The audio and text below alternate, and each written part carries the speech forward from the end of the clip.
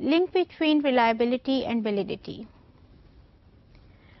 یہ دونوں بالکل ریلیٹڈ کانسیپٹس ہیں اور ایک دوسرے پہ ڈپینڈ کرتے ہیں. اگر ان میں سے ایک مسنگ ہوگا تو وہ جو ہے وہ دوسرا بھی آٹومیٹیکلی مسنگ ہوگا, اور ہم اب یہ کلیم نہیں کر سکتے کہ اگر ٹیسٹ ایک ویلڈ نہیں ہے تو یہ ریلائبل ہوگا یا ریلائبل نہیں ہے تو ویلڈ. یہ دونوں جو ہیں نا یہ بالکل ایک دوسرے کے اوپر بیس کر رہے ہوتے ہیں.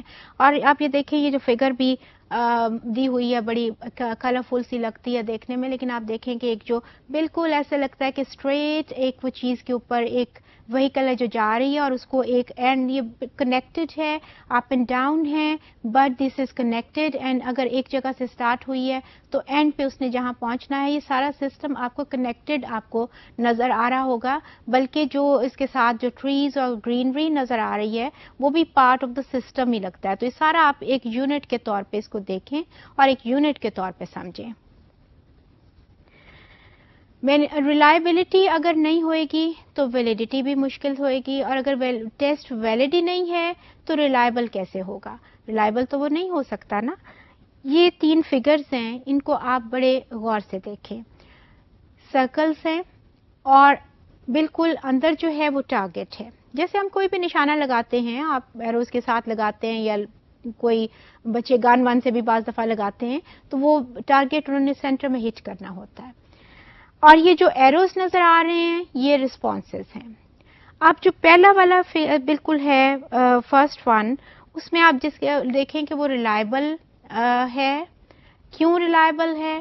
کیونکہ رسپانسز سارے جو گئے ہوئے ہیں وہ آؤٹر سرکل میں گئے ہوئے ہیں. اس کا مطلب ہے کہ بچے جو بھی پوچھا گیا تھا اس کو وہ جو ہٹ کر رہے ہیں وہ آؤٹر سرکل میں ہٹ کر رہے ہیں. ریلائبل تو ہے, سارے کے سارے رسپانسز اس میں آئے ہیں.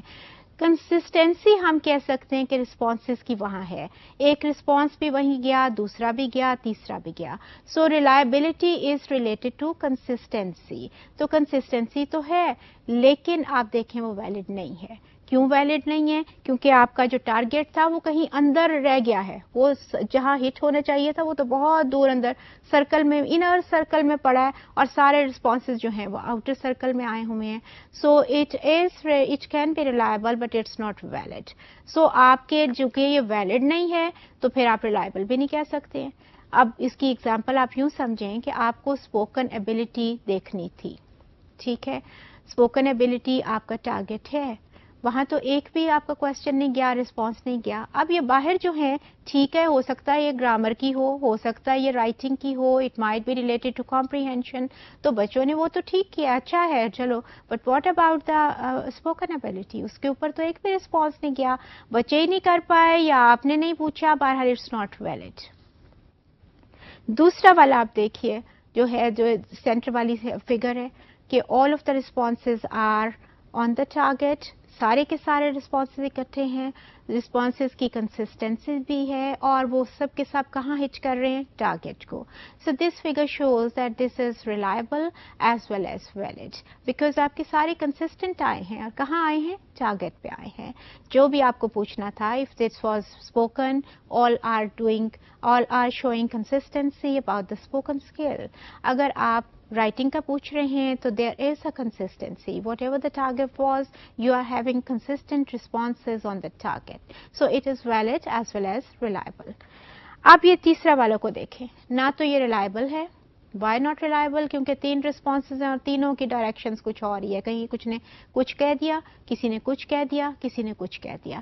دیر از نو کنسسٹینسی ان رسپانسز. اور ویلڈ بھی نہیں ہے کیونکہ آپ کا ٹارگیٹ کہیں کا کہیں پڑا ہوا ہے اور سارے کے سارے رسپانسز کہیں کو علیحدہ علیحدہ سے جا رہے ہیں.